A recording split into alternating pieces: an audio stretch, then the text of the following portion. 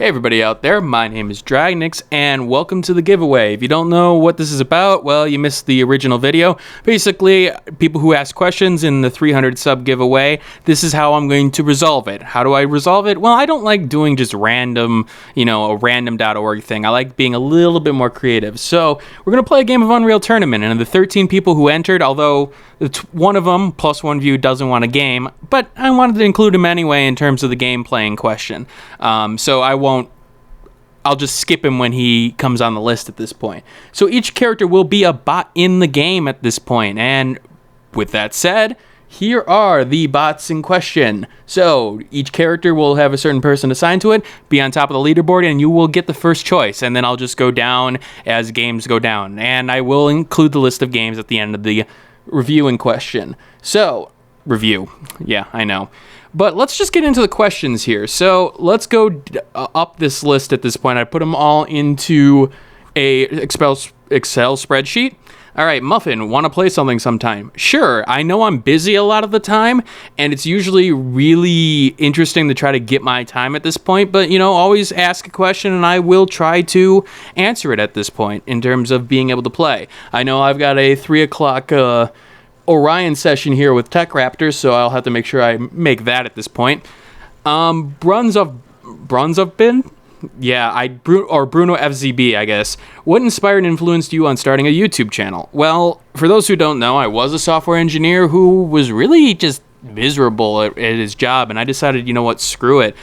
And then I decided, I had been playing around with some software, and, I just had been looking at some YouTube channels, and, I wanted to bring coverage to things that I felt like weren't getting coverage, games that really honestly deserved more attention than they did, and also be a little bit more of a consumer advocate. Again, I've been influenced by people like Total Biscuit. I think that we need more people like that, and games media coverage in question. That's again why I joined somewhat of a Tech Raptor in terms of trying to get my honest opinion out there and trying to protect people and influence them at this point. All right, Linda Davis asked, unlimited money and a best set of game developers, what game would you make? This is funny because this was a question asked on a Tech Raptor stream I was on, and I'll give the same answer as I did there.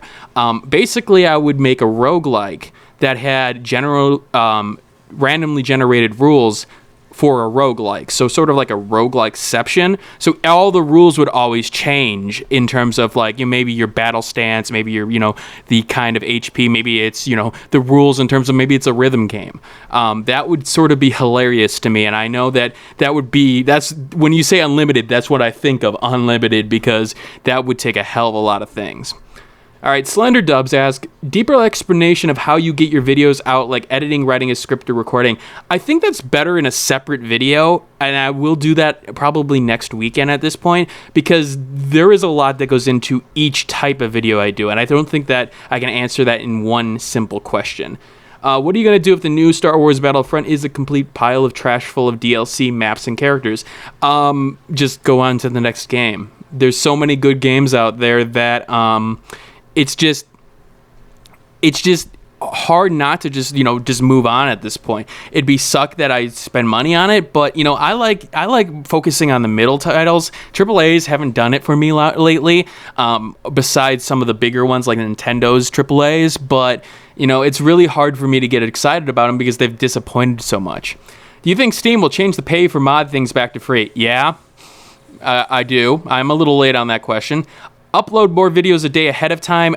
I will get to that question because somebody asked a very similar question to that. And PS2 games, I need to get an adapter for that, but maybe. I like covering newer games, but, I do want to go back and sort of show some of the influence of gaming that have been on me in terms of some of the gameplay. Yiza Oi asked, have you ever thought about streaming your game sessions? I've thought about that a lot, but the thing is that with the first impressions and the Let's Tries, for example, I'm very methodical in terms of how I go about it. And the thing is that you would see sort of, weird botches and not botches, weird gaps in gameplay. And that's because, I'm sitting there and I'm stopping and, taking notes on things so that when I do go forward with it, that I know exactly what I'm talking about. When I do a Let's Try, I have a set of note cards in front of me to hit certain points, and that's me going through those notes and then making them into shorter notes at that point. Again, I will explain that a little bit more with the editing video in question, but the streaming that I would do would probably be more so just the fun gaming. Maybe on my TF2 sessions I'll start streaming. I am part of a Steel team at this point. Simple as that. PureMix, do you get keys from the developers because you're Steam Curator? It depends. Now, anytime I do get a Steam key from a developer, I do disclose that. I think that's very important because that can cause a little bit of bias.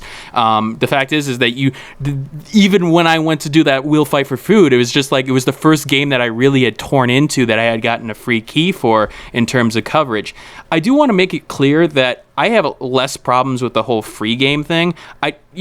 It's a tax write-off. The games, in terms of this as a business, it's a tax write-off. So it's not as important as having the early access to a game. The fact of the matter is that if you have early access to the game, you have more time and more time to cover that game in terms of taking a look at it. I think that's more important because of the fact that coverage is so time-based. The fact of the matter is the ones that get the reviews out first will get more views and more hits and more information in terms of people giving you feedback. So I do prefer to pay for games only because it sort of separates you from that connection. But has that ever influenced a review? No, it hasn't. Cyborg, you plan to continue making videos daily. This is the one question I really don't have an answer to. I've thought about that. I've thought about maybe pulling back a little bit in terms of the daily content, especially on weekends. I know my weekend content is usually weaker in my opinion, because it's not new games at that point. Or focusing more on the first impressions, maybe the edited footage. It's sort of something that I sort of combat daily at that point. I do like the fact that I make daily content for people to consume. It is a good question. I don't really have an answer for you right now. I'm really thinking about that. So let me get back to you on that one. Plus one view. What are your thoughts on paid Skyrim modding? I think modding itself is a good possible revenue source. I think people should be given time or given compensation for what they make. I mean, that's the thing. I mean, these are some of the great mods in question we're talking about that have transformed games. They've caused sales of games in certain cases. City Skylines is a prime example of that.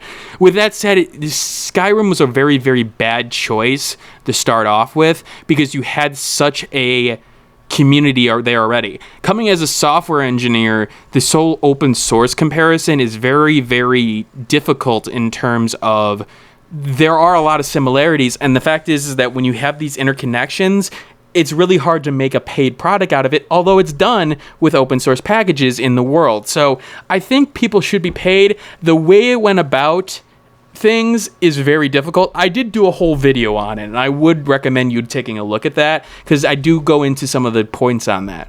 How did I get into reviewing games, and what is my policy on reviewing games? I just started. I mean, that's the thing that people always get really, I think, scared off by is like, you got to start somewhere. And I started with doing a video. It was that first Frags video in terms of Dead Rising with a different kind of review structure, and then just refining things and getting feedback. And it was something I wanted to do in terms of coverage. Now, my policy on officially reviewing games, that is very similar to Tech Raptors at this point, and I know like Old Man Gamer asked me about it on Twitter. It's pretty much, if I'm going to do a formal review of it, that I got to complete the game. I've got to feel comfortable that I've experienced enough of the game in terms of the sort of variety of the game. I'm going to try all the difficulty settings at some point. I'm going to try some of the side quests. I'm not going to maybe do all the side quests. I mean, for some games that is absurd. In terms of, like, okay, an MMO, for example. Okay, hold on a second. I'm not going to do that. But when it comes to policy, and also then taking a step back and being objective about it, saying, okay, I may not like this, but would somebody who likes mechanics like this mechanic, how it was implemented, in particular, does it make sense given everything else in the world? So if you ever have a question about my policies and reviewing games, always ask me a question, especially if it's specific. A Tech Raptors review policy in terms of their latest one is a very good starting point on that. Mexero, what kind of music do you get into? I listen to a lot of 8-bit music as well as a lot of parody music. A lot of it is video game related. If I'm really trying to, just get in the mood of things, you maybe hear me listening to like Nate Wants to Battle music or Ninja Sex Party music, but 8-bit music is probably what I always go back to. Why have you decided to make these videos? I think I answered that earlier, just because I want to give coverage to people who deserve the coverage at point, and also the creativity. I like the fact that I can go into some of my more creative projects and sort of mess around with things. Being my own sort of boss in question feels nice in terms of what I'm trying to do, because that was one of the major problems I had with the sort of business world, is the fact that you had good ideas, you had proven that you've done things right, you never got a chance at times, and it was just like, what the hell? Old Man Gamer, what is the hardest thing you've learned doing the channel that you didn't realize up front?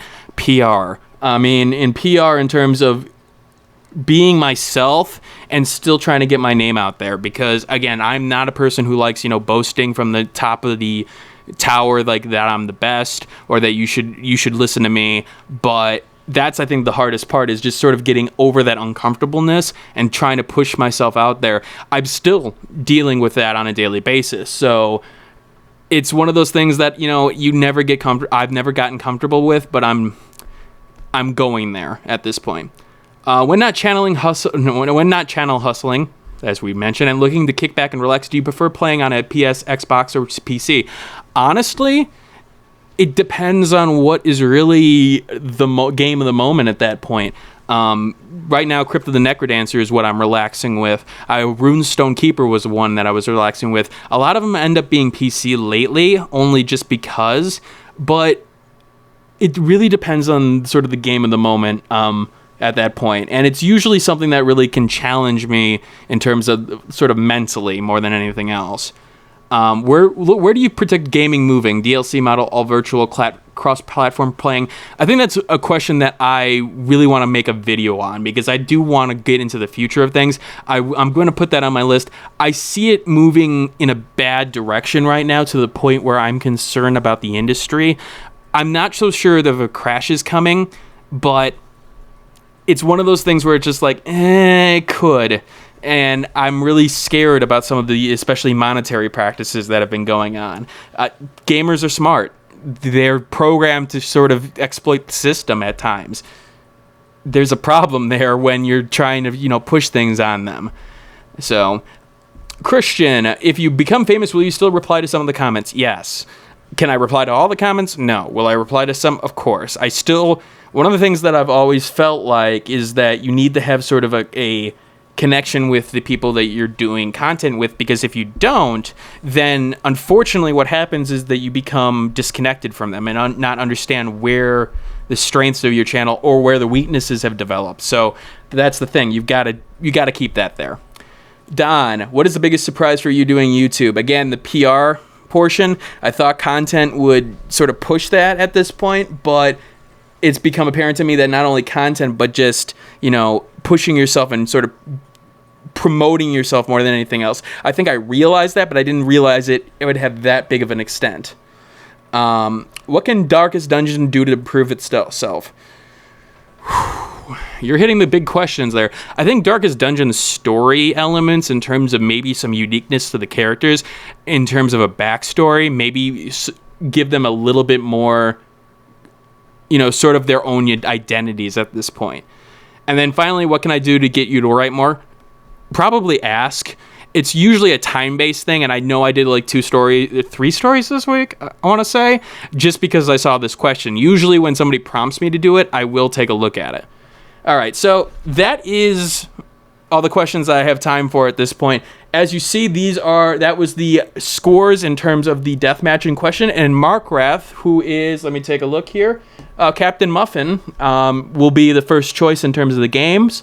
So I will put the list on here at this point, but thank you for watching, and again, thank you for subscribing and watching videos on a daily basis. If you do, if you don't, I still thank you for your views at this point. And I will see you all later at this point. Thank you again. Hey, thanks for watching. If you have a chance, leave some feedback and comments below. If you liked the video, hit that like button. And if you want more content like this, hit that subscribe button. This is Dragnix signing off, hoping that gaming brings as much fun to you as it does for me.